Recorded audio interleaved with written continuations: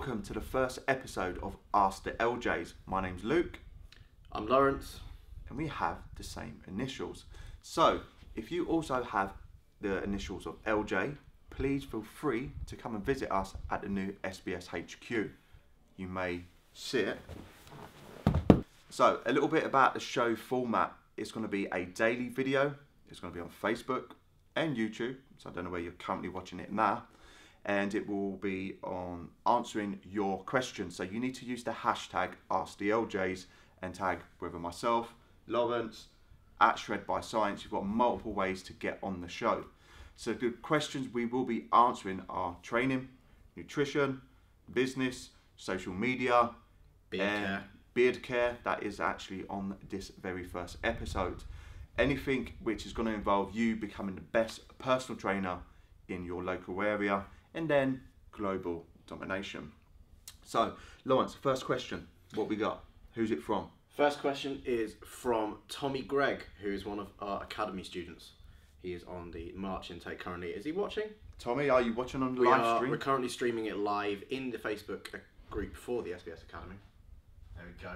You can see it's a slightly more, I think the term is poverty setup than the camera that Mitch is holding currently. Yes. But Tommy asks, how do you deal with a client that is half-arsing it when it comes to reporting?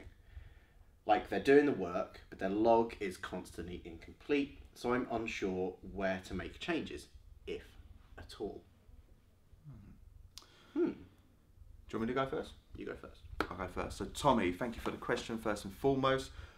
If they're making progress and they're not filling in the forms you have on a day-to-day, week-by-week basis, I don't know your own setup, but if they're progressing, then you could probably just leave it as it is.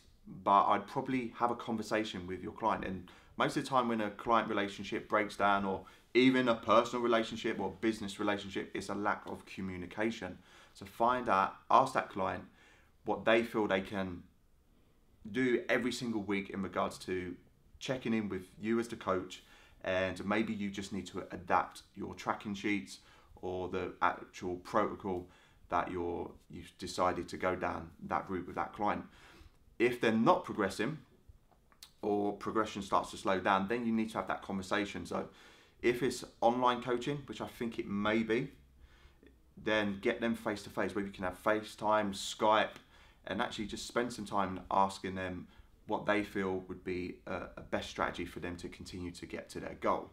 If the daily actions they're currently doing are not going to get them there, then you're going to have that conversation with them and let them know that it may take a little bit longer, or that maybe a different approach may be needed. So I don't know, what do you think, Lawrence?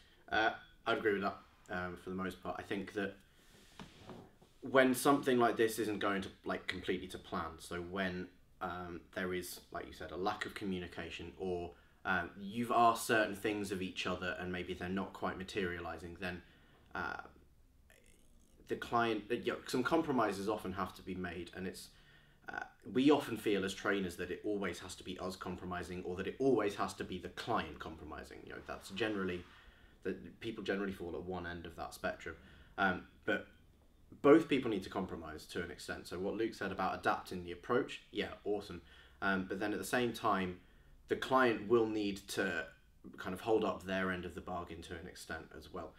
So if they are progressing, then a lot of the time they won't associate the act of the filling in the data sheets and giving you the data that you need with progressing, because they're progressing regardless. They don't see it as a key to their progression. But what you need to get across to them is the fact that if you're working together over a much longer period of time, which as trainers we should look to be ideally, working with someone over a longer period of time than just your standard 8-12 week transformation type deal, then having as much data as possible about that client is going to be really, really helpful when it comes to you looking back at what has worked well for that client historically, to help kind of guide you going forward to make that kind of transition from block to block, from phase to phase, from diet to bulk to diet to bulk, as easy as possible, because you know as much about them as possible. So again, that conversation I think needs to be had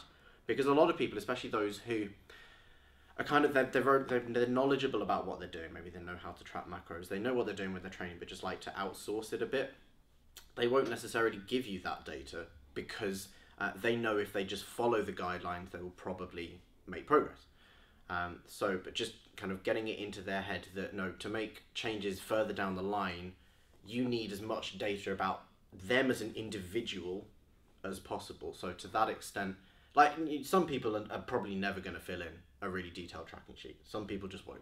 And that's fine, at which point adapt your approach and get the kind of the maximum amount of data you can about that client in the least effortful way possible. Mm-hmm. But if you're dealing with like a bodybuilder or a powerlifter or someone for whom having a lot of data is a really important thing and a really useful thing, then I think you need to stress the importance of you having that data for future progress.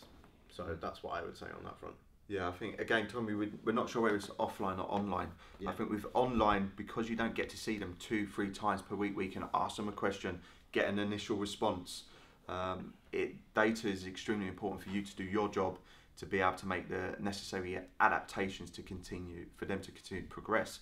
So even though they may be progressing now, they will hit a plateau, and a plateau is a good thing because it shows that what you've done up to that point has achieved them a certain result.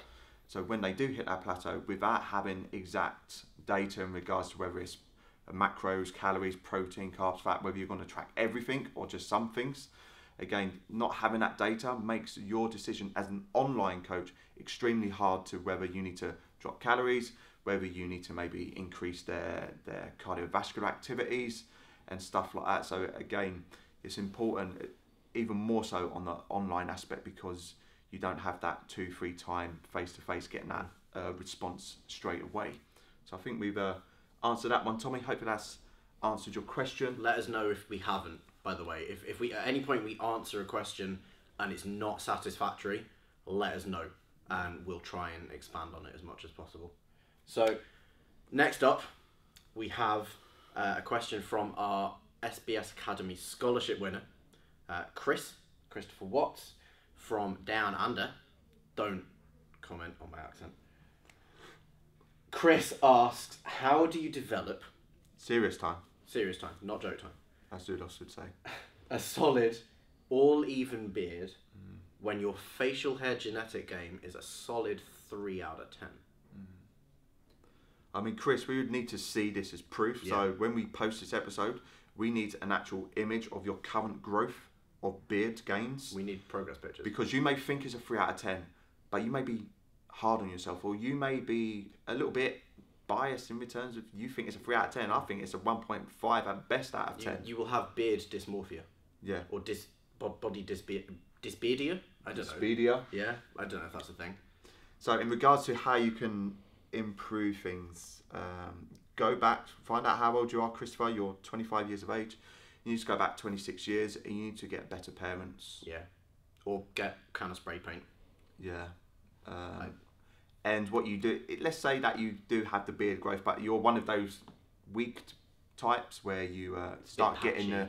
No, but they start going, oh, it gets that itching phase. Well... Oh, I had that. You just got to man up, push through. I mean, Watts, I know you're from Australia, but I thought you Australians were quite hard. And if you're letting down the Australian nation because you're too weak to go through that itchy phase, then again, you've just got to, if you've got a 3 out of 10, but you just push through that itchy phase and you can get to a 5, then that's all you're ever going to achieve. That's what you're going to get is a 5 out of 10. But it's the best you. It's a 10 out of 10 for you, rather than a sort of a 5 out of 10 for your potential.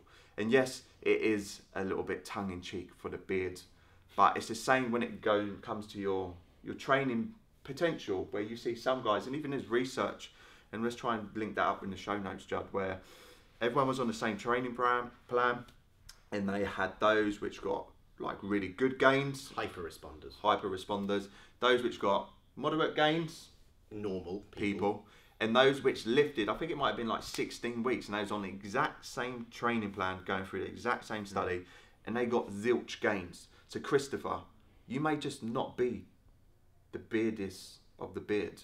You may just be one of those, if we do a study, the non-responders.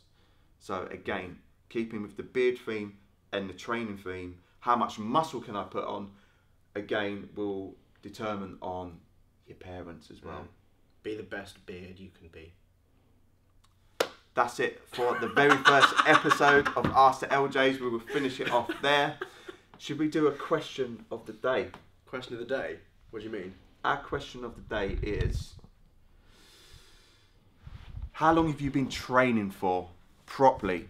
Not as in bro splits for 5 years and then all of a sudden you followed Shredded by Science and you've realised that smashing your chest once a week is probably not optimal. So let us know how many years you've properly been training for. Until next time, we'll see you soon.